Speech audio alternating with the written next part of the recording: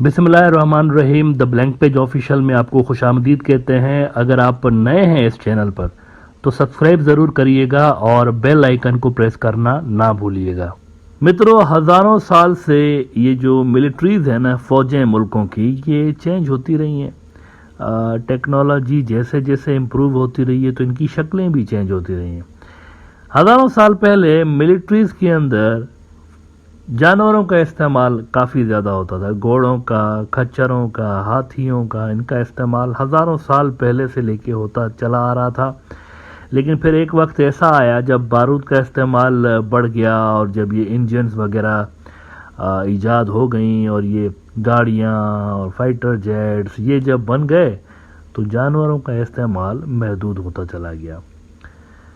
لیکن آپ کو یہ جان کر حیرت ہوگی کہ آج بھی ایک ملک ایسا ہے جو کہ پراپرلی جانور استعمال کرتا ہے. آج بھی مطلب کہنے کو بہت بڑا ملک ہے، لیکن جانوروں کا استعمال اس ملک کی ملٹری کرتی رہتی ہے راشن وغیرہ ایک جگہ سے دوسری جگہ لے کر جانے کے لیے، اور ایون جنگی ساز و سامان بھی ایک جگہ سے دوسری جگہ لے کر جانے کے لیے وہ ملک جانوروں کا استعمال کرتا ہے. اور جانوروں میں بھی کس کا؟ کھچر کا. اب آپ سوچ رہے ہوں گے یہ کھچر کیا ہے؟ گدھے اور گھوڑے کا جو مکسچر ہوتا ہے اس کو کھچر کہا جاتا ہے. تو ایک بہت بڑی فوج ایسی ہے جو کہ خود کو سپر پاور بھی، ان کے بہت سارے لوگ کہہ رہے ہوتے ہیں کہ ہم سپر پاور ہیں، لیکن گدھوں کا اور کھچروں کا استعمال وہ ملک کرتا رہا ہے، اس کی فوج کرتی رہی ہے. میں بات کر رہا ہوں انڈین آرمی کی. انڈین آرمی کے اندر آج بھی پاکستانی بارڈر کے بہت سارے علاقوں کے لیے اور چائنا کے بارڈر کے بہت بڑے حصے کے لیے کھچروں کا استعمال کیا جاتا ہے. راشن اور ملٹری کا باقی جو ساز و سامان ہے وہ ایک جگہ سے دوسری جگہ لے کر جانے کے لیے. اب ہوتا یہ ہے لیکن کہ کھچر تو کھچر ہے نا، کھچر میں دماغ تو نہیں ہوتا. تو کافی مرتبہ انڈین جو ٹروپس ہیں ان کو پریشانی کا بھی سامنا کرنا پڑتا ہے، کیونکہ کھچر اگر بھوکا ہوتا ہے، اس نے کوئی چیز دیکھ لی وہاں پر کھانے پینے کی تو ادھر کھڑا ہو جاتا ہے. اور کبھی کبھی ایسا بھی ہوتا ہے کھچر کو کھچریا اگر کہیں پہ نظر آ گئی چرتے ہوئے تو کھچر ادھر ملٹری کی کیمپ کی جگہ پہ کھچریا کے پیچھے چلا جاتا ہے. یہ بھی الگ سے فوجیوں کا مسئلہ ہوتا ہے نا. آپ سوچ رہے ہوں گے کہ کھچر کو کیوں استعمال کرتی ہے انڈیا کی فوج؟ ایسی کیا ان کے پاس گاڑیاں شاڑیاں نہیں ہیں؟ گاڑیاں ہیں، گاڑیاں بالکل ہیں ان کے پاس، لیکن پرابلم یہ ہے کہ بہت ساری جگہیں ایسی ہیں، ٹیرین ایسی ہے بہت ساری پہاڑی علاقوں کی جہاں پہ گاڑی نہیں جا سکتی. تو اس کے لیے مجبوراً ان کو کھچروں گدھوں کی ضرورت پڑتی ہے.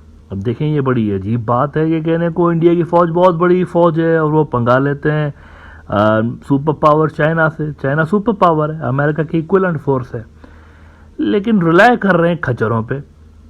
اچھا، ریفرنس بڑا ضروری ہوتا ہے. ریفرنس ہمیشہ دیتا ہوں کیونکہ یہ ایسی خبر ہے نا کہ آپ میں سے بہت سارے لوگ بھی شاید ہو سکتا ہے کہ اس پہ بلیو نہ کر رہے ہوں کہ یار ایسا کیسے ہو سکتا ہے کہ انڈیا کھچروں پہ ریلائی کرتا ہے. تو ریفرنس بڑا ضروری ہوتا ہے. انڈیا کا ایک بڑا news outlet Firstpost پوسٹ. فرسٹ پوسٹ کہتا ہے کہ Indian army to replace mules with robots to take on China at LAC by 2030. ابھی نہیں لیکن 2030 میں روبوٹ لے کر آئیں گے، فی الحال کھچروں سے کام چلائیں گے. کھچر زندہ باد. وہ کہتے ہیں by 2030 the Indian army wants to cut the number of mules by 60%. 40% کھچر پھر بھی رہیں گے. ویسے 2030 کے بعد بھی جتنے اس وقت فرض کریں اگر ان کے بعد 2-3 لاکھ کھچر ہیں تو اس کے 40% نکال لیں آپ، وہ پھر بھی رہیں گے 2030 کے بعد بھی. لمبا پلان ہے، لمبا کھچر کو رکھنے کا لمبا پلان ہے. یہ کھچر رہیں گے جی، کھچروں کا استعمال رہے گا اپنی جگہ پہ، ایون اگر روبوٹس آ بھی گئے نا تب بھی.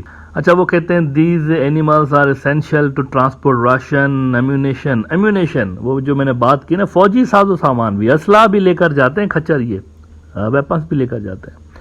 Ammunition and other supplies to remote posts in mountainous terrain in the Himalayas along the borders with China and Pakistan where it is difficult for vehicles to navigate. تو یہ صورتحال ہے. کھچروں کا جو استعمال ہے یہ انڈیا کی فوج آج تک کرتی چلی آ رہی ہے. ویسے تو کھچر زمانہ قبل مسیح سے استعمال ہوتے ہیں. اگر آپ دیکھیں تو میرے خیال سے 4-5 ہزار سال سے کھچروں اور گدھوں پہ لڑائیاں ہوتی رہی ہیں. لیکن ابھی تک انڈیا کی جو بہت بڑی ایک میسو آرمی ہے، سپر پاور، انڈیا کے جو سپورٹرز ہیں وہ کہتے رہتے ہیں we are the super power, لیکن خچر استعمال ہوتے ہیں اس فوج کے اندر۔ ویسے جانوروں سے فوجی کام لینا اتنا بھی آسان نہیں ہوتا جتنا آپ میں سے بہت سارے لوگ سمجھ رہے ہوں گے کہ تو بڑا آسان کام ہوتا ہوگا۔ خچر کو بس بولا چل بھائی خچر فارورڈ پوسٹ پہ چل، یہ سارا سامان لے کر وہ چل پڑا، ایسا نہیں ہوتا، بہت مشکل ہوتا ہے۔ پچھلے دنوں یہ بھی ہوا کہ یہ جو ٹرینڈ ڈاگس ہوتے ہیں انڈین آرمی کے پاس، پالتو کتے بھی ہیں بہت سارے جن سے یہ سونگھنے کا اور منشیات کا اور اس کا کام لیتے ہیں۔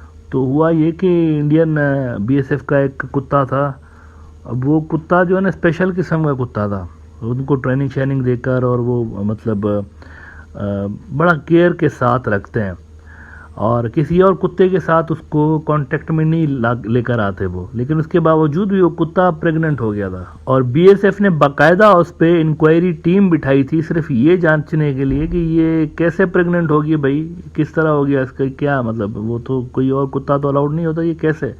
این ڈی ٹی وی نے خبر لگائی تھی کہ after sniffer dog delivers 3 pups border force probing how it got pregnant at all. These dogs are never brought into contact with other dogs and breeding is performed under the supervision of a veterinary doctor, said an officer. تو یہ بنگلہ دیش کے border کے پاس کہیں پہ یہ deployed تھا، تو یہ واقعہ پیش آ گیا۔ تو اتنا آسان بھی نہیں ہوتا ان کو ہینڈل کرنا، کبھی کبھی عجیب و غریب قسم کے سین ہو جاتے ہیں ان کے ساتھ۔ اچھا ایک طرف تو یہ ہے، لیکن چائنا کیا کر رہا ہوتا ہے؟ آپ سوچ رہے ہوں گے کہ یار ایسی ٹیرین تو ادھر بھی ہوگی نا، بلکہ وہ تو زیادہ ہارڈ ٹیرین ہے، چائنا والی ٹیرین جو ہے وہ تو مزید سخت قسم کی، تو وہ کیا کر رہے ہوتے ہیں؟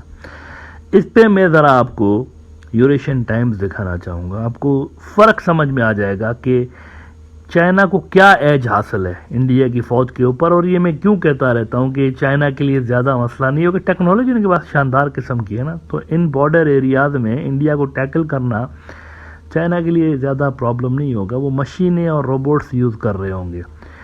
انڈیا کتے، گھوڑے، گدھے یہ یوز کر رہا ہوگا اور ہیومن سولجرس یوز کر رہا ہوگا، لیکن ادھر سے روبوٹس اور مشینیں ہوگی۔ یوریشین ٹائمز کی خبر دیکھیں، وہ کیسے راشن سپلائی کرتے ہیں اپنے فارورڈ بیسز پہ جو ٹروپس ڈپلائیڈ ہوتے ہیں، وہ کیسے ان کو راشن دے رہے ہوتے ہیں، یہ ذرا دیکھیے۔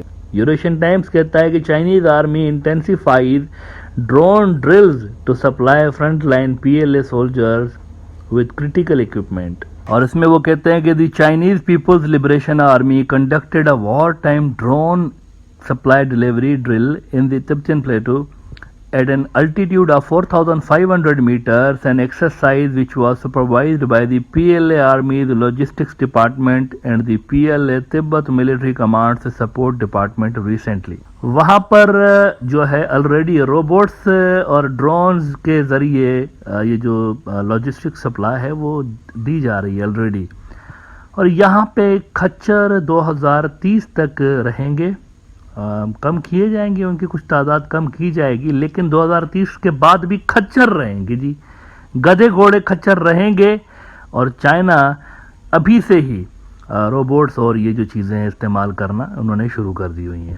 تو یہ فرق ہے دونوں ملکوں کی آرمیز کے اندر، اسی لیے میں کہتا رہتا ہوں کہ صرف جوش نہیں، جوش کام نہیں ہے گا، جوش اگر آپ میں بہت زیادہ جوش ہے تو یہ بھی چیزیں ہوتی ہیں، ٹیکنیکل جو فیکٹر ہوتے ہیں نا وہ ڈیسائیڈ کریں گے کہ ونر کون ہوگا دونوں کے درمیان۔